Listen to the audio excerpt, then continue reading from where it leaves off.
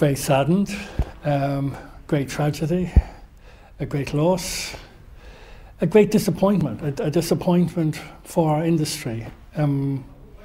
What are we doing wrong? We do some great things, but are we nourishing our talent? Are we looking after our talent? Very sensitive people.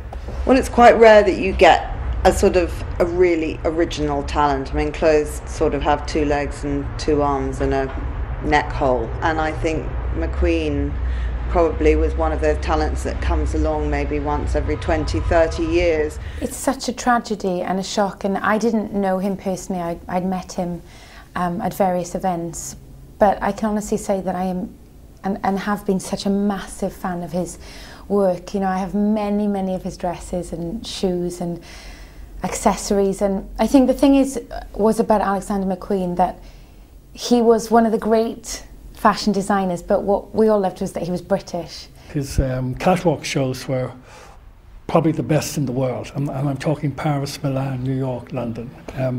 He had an incredible imagination. He was a great cutter. He could tailor incredibly well.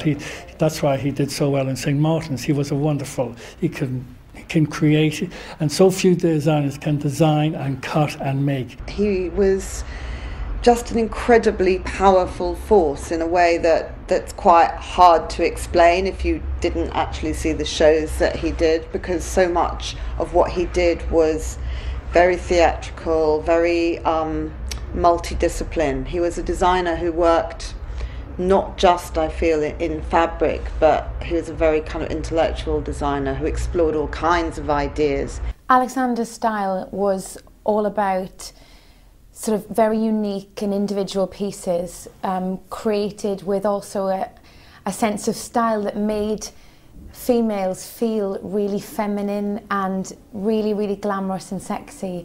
And when you think that we've now lost that, I don't know if there'll ever be anyone who replaces that and will create such beautiful clothing.